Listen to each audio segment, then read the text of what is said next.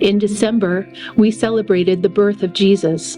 Now, less than 100 days later, we're preparing to remember his suffering and death. Why did Jesus go from having his birth proclaimed by the angels and being worshipped by the Magi to being brutally beaten and crucified? The answer is us. We chose sin and were justly sentenced to death and eternal separation from God. But he loved us too much to let that be the end of the story. He sent Jesus to become one of us, to live the perfect life that we couldn't live, and to die in our place.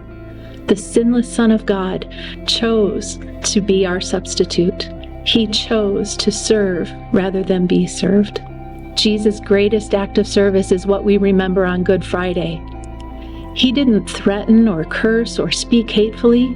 Rather, with humility, he endured the torture and suffering that was inflicted upon him. In fact, the Gospels record that he only spoke 7 times while he hung on the cross. Barely able to breathe, these words were chosen very carefully, and they held meaning not just for the people that witnessed his death, but for us as well. This year we'll be holding another 24-hour prayer vigil, starting at 8 p.m. on Thursday, March 28th, and ending with our Good Friday service at 7 p.m. on Friday, March 29th. We invite you to sign up at hopesummitchurch.com and come spend an hour with God.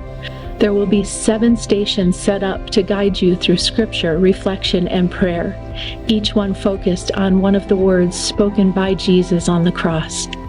In this quiet, focused time with God, he may just have something to say to you.